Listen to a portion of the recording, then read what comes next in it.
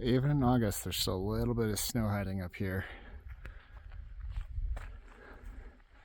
I just went through Targhee Pass, and that's Targhee Peak. And the reason those are significant to me is back when I was a full-time boot fitter for Eastern Mountain Sports, we sold a ton of Keen brand Targhee 2s, which is like their most popular waterproof shoe and mid hiking boot. And that's got to be what it's named after. So that's kind of a cool thing to see.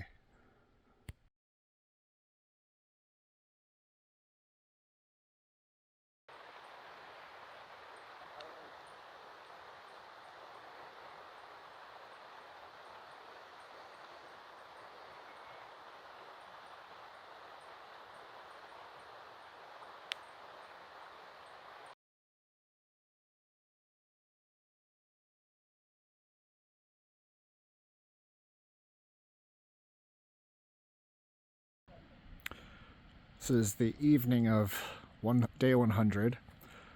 That off in the distance is where the trail is on the other side of those mud puddles. And I'm in this pretty well protected saddle. You can see it's a little windy right there. Down here, the grass has been ripping the whole time. It almost sounds like running water because there's a constant wind blowing right there.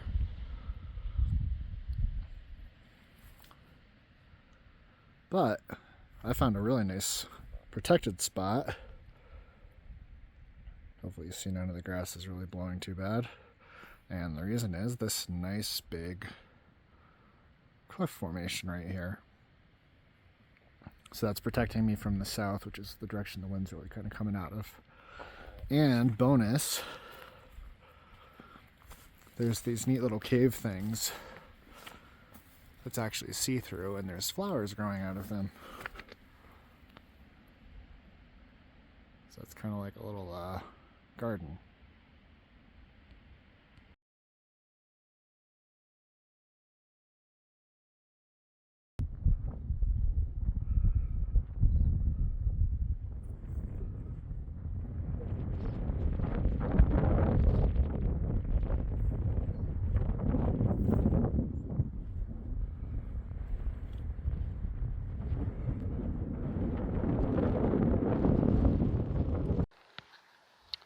I'm inside a burn that's very grown, and I'm exceptionally thankful that all this stuff isn't soaking wet. Like if I had to go through here in the rain, or if it had just rained and I had to push through this stuff, I would be really, really wet.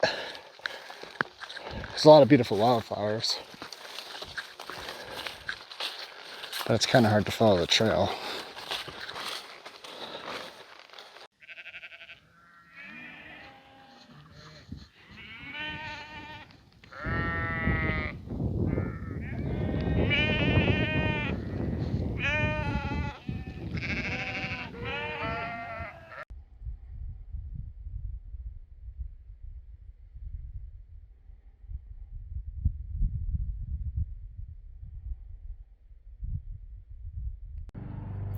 This is the town of LIma, like lima bean, in Montana. I can give you pretty much the full tour from here. So there's the post office. That's the Pete Steakhouse place. I saw somewhere on their website, I think they just got voted for the best steakhouse in Montana for this year, so that's pretty cool. I had a steak sandwich, it was very good. Here's the school. And this way we're walking towards that red building at the end of the road is Diner Style Cafe. Behind these trees you can't really see it, but it is the gas station / one resupply store. And then the motel is on the other side of these towers. I won't make you watch me walk all the way down there, but that's where I'm staying. It's been about 2.5 hours since I got my ride back to the CDT. You can just see some cars going by on Route 15. It's very exposed and open, but very beautiful here. There's still trees and water. It's not like as deserty. And that's the way I go, that's north. So you can see by the fallen down post.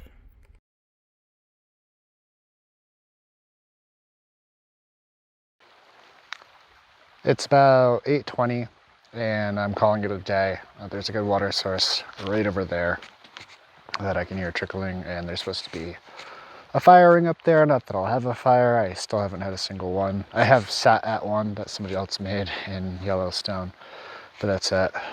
But one thing I noticed when I stopped and looked at the Far Out app, which is my guide, is that I'm at mile marker like 2,188.7, I think it said, which doesn't mean I've hiked that many miles because of the alternates on this trail. That's but the fun thing about that is that means that I've gone, or that the mile marker at least has gone longer than the Appalachian Trail, which is closer to 2,180. So that's kind of a cool thought, that I've been out here roughly, if you have, you know, all things considered, roughly the same amount of distance as the AT. I haven't taken very much footage today, so I wanted to kind of do a little bit of a view here. There looks like there's some smoke coming up from that distant mountain range. Not a ton, but I'm curious what that is.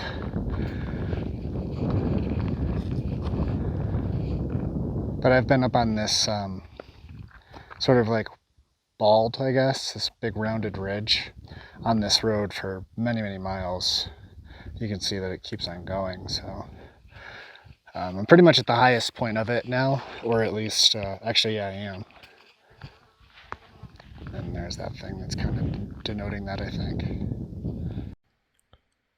It's about 8:45, definitely done for the day, all set up.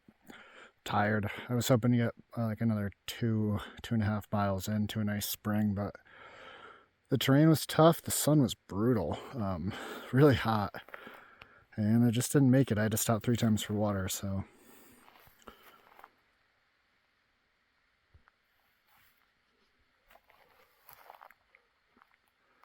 Anyway, it's less than 16 miles tomorrow before I get to the pass that goes into Leadore. The only cloud in the sky is from what I believe is probably a fire. I think it's been going for a while, though. I don't think that's new.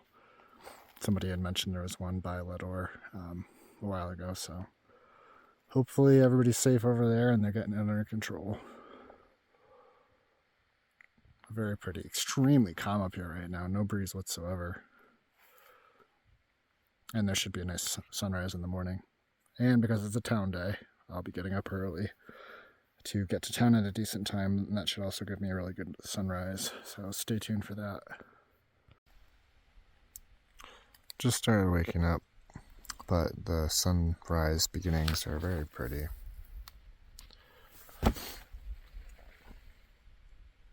At this point, I had a set pickup date where my wife Vanessa was flying out to pick me up, so I had to really start slowing down because there was no good getting to Canada before that date. So this town, Leadore, Idaho, had a campground right there for $10 a night. This was Mark, the host, who made really, really good breakfasts. And this is a friend that I met who's a southbounder named Forrest. And this is Mr. Kitty. That's Mark's cat. So I stayed in here for about 3 days. This is a unique design for a gate that I haven't seen yet, and I think it's really clever. So there's suspended circles in there, and they don't allow the gate to go through it, but when you lift the circle up, it opens easy. And then the beauty of it is that it like self-locks. Really clever. So the water source that I had to go to is actually pretty far off the trail. It's like a half mile off the trail. And I started to bushwhack off of the CDT. And within like a minute, I hit a really nice, obviously, blazed trail. It's got axe blazes and it's very well traveled. The blowdowns have been cut, all that good stuff. And then I went down there and got water. It was good. Aladdin, who I've met a few times, he's from Germany, was there. So we chatted. And I was planning on just walking back on the road that this comes out on, but I decided to try to find the trail again, and I did. And I got to here, and I was like, oh man, somebody dropped their hat. And I've lost one of that exact hat in the San Juans. And then I was like, well, I should pick it up and then I'll bring it back up to the trail and like leave a note or something. And then I reached for where mine was in my pocket, and it wasn't there. So this is actually my hat that I was very fortunate to find again. So yeah, lucky that I found the trail and walked it back instead of the road.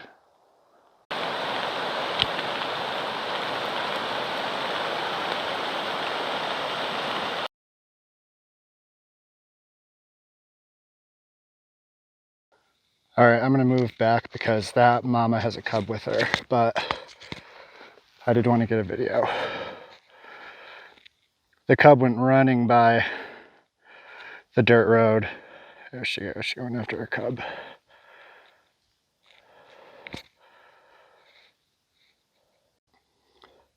So this took a lot of work. There's all this cut up brush all along the trail. Somebody spent a lot of time on that.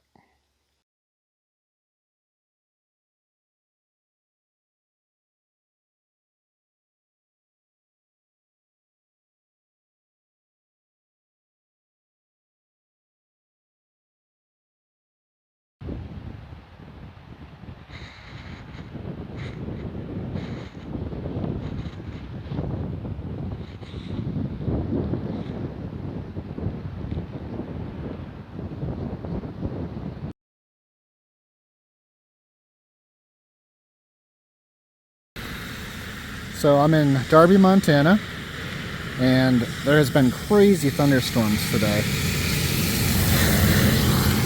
They were so bad that this like air raid siren thing was just going off to warn us about the last one. And we've been hit by at least 4 today with some really heavy downpours, so I'm trying to go find a bite to eat still. Well, I laid everything out, got it nice and dry when I got to this campground.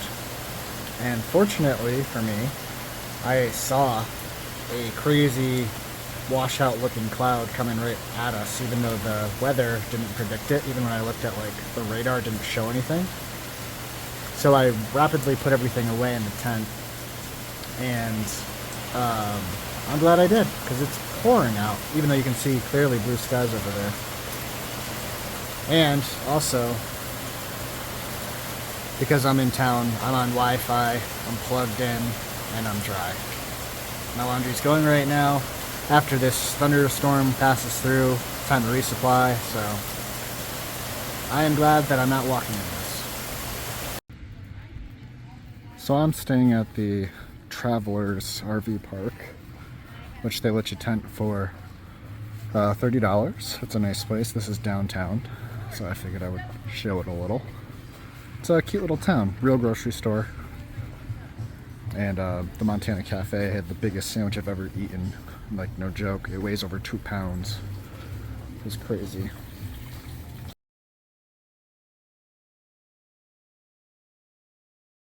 It's day 115. I just got back to the CDT. A very nice man who lives outside of Darby gave me a ride back. Wouldn't take any gas money. I tried a bunch of times, so huge thank you to Flash, whose hiking experience started back in 77. I'm sure he hiked before that, but he was a PCT hiker in 77, so he gets it.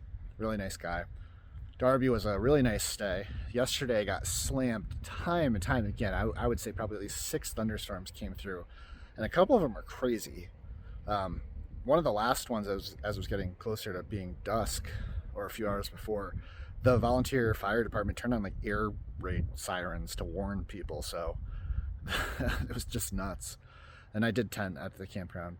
The Montana Cafe, the food was excellent and the portions were stupid huge. I couldn't finish my breakfast this morning. The pancake, I ordered one because the guy warned me. I had eggs and sausage and hash browns too, but the pancake was bigger than a lot of medium-sized personal pizzas I've had. It flops over the sides of the plate. I would say that it's at least 14 to 15 inches in diameter. It's enormous, and it was $2. A $2 blueberry pancake, way bigger than a plate. Just absolutely nuts. So if you're ever in the area, go there. This is the food at the Montana Cafe.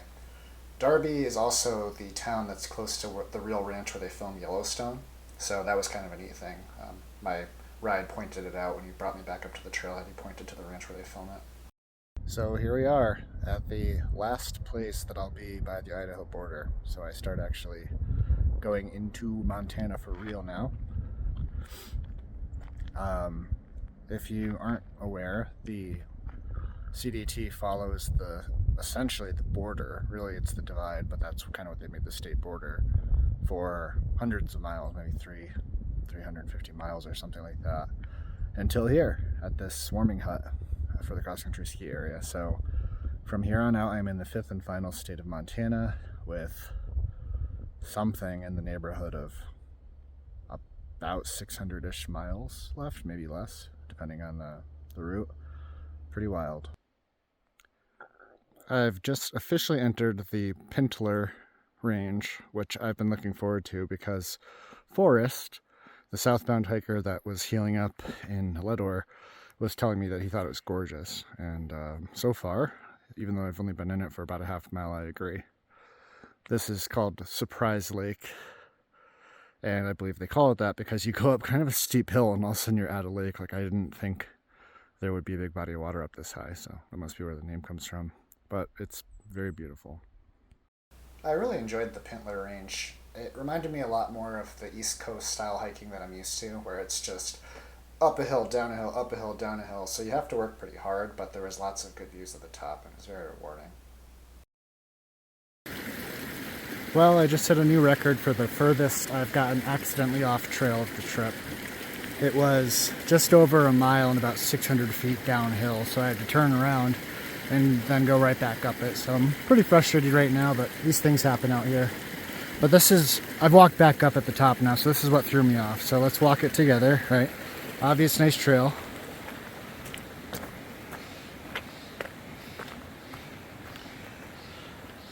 Yeah, I went that way. Well, guess what?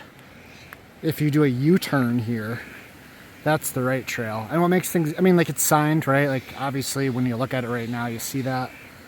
And there's a sign there, too. I didn't see either of those, so it is my own fault. But one thing that's a little annoying is that far out doesn't show an intersection icon here. They show a water source. So even when I looked ahead a little bit, I didn't have any indication that there might be a tricky corner here. This is a really hard corner. It's over 90 degrees, so I'm covered in sweat and a little bit grouchy and just did a lot of penalty distance and elevation. Just finished climbing up to the Rainbow Mountain Pass, and it's very, very beautiful.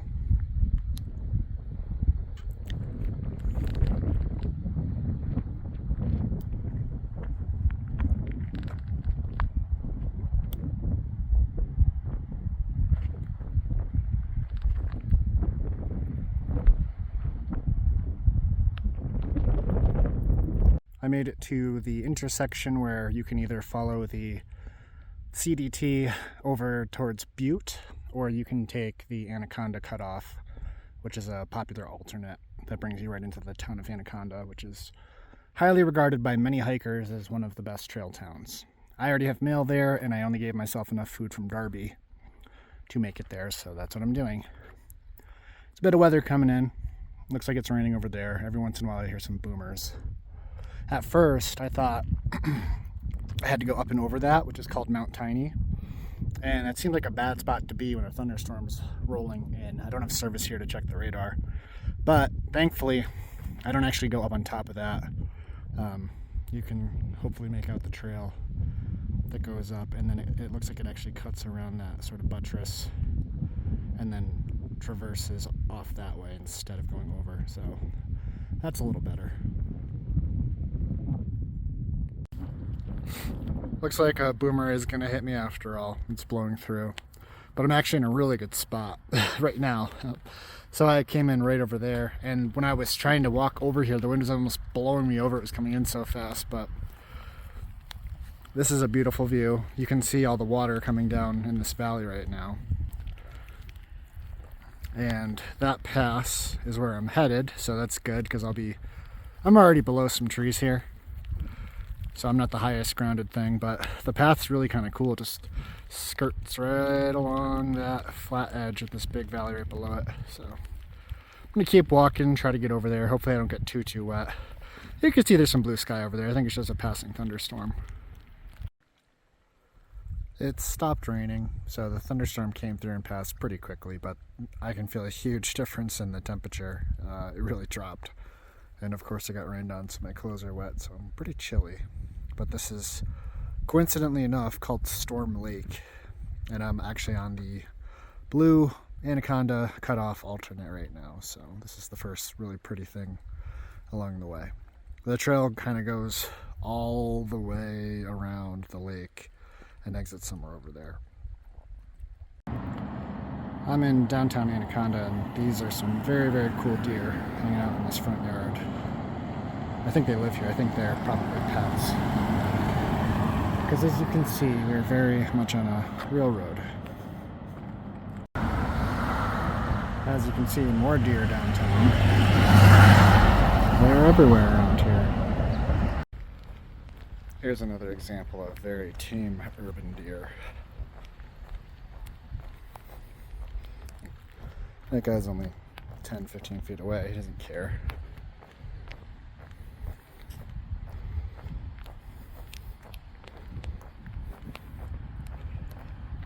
I've made it over to Washoe Park, where the Continental Trail Coalition has a building that they help donate to for the town that allows their hikers to stay at it, which is pretty awesome. So I'm going to go try to figure out where that is and check it out. But you get a little bit of a view of the town here. All the towns and cities out here all have a giant letter somewhere in the hills with the first letter of their town. So most places have that, but yeah, I'm going to go figure out where home for the next few days is and check it out. I'll show you when I get there.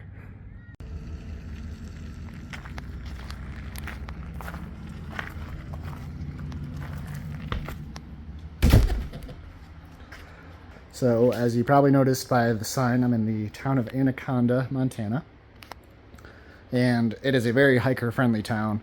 This is what's called the hiker hut. So, they provide you this 100% free, just donations if you'd like to give back.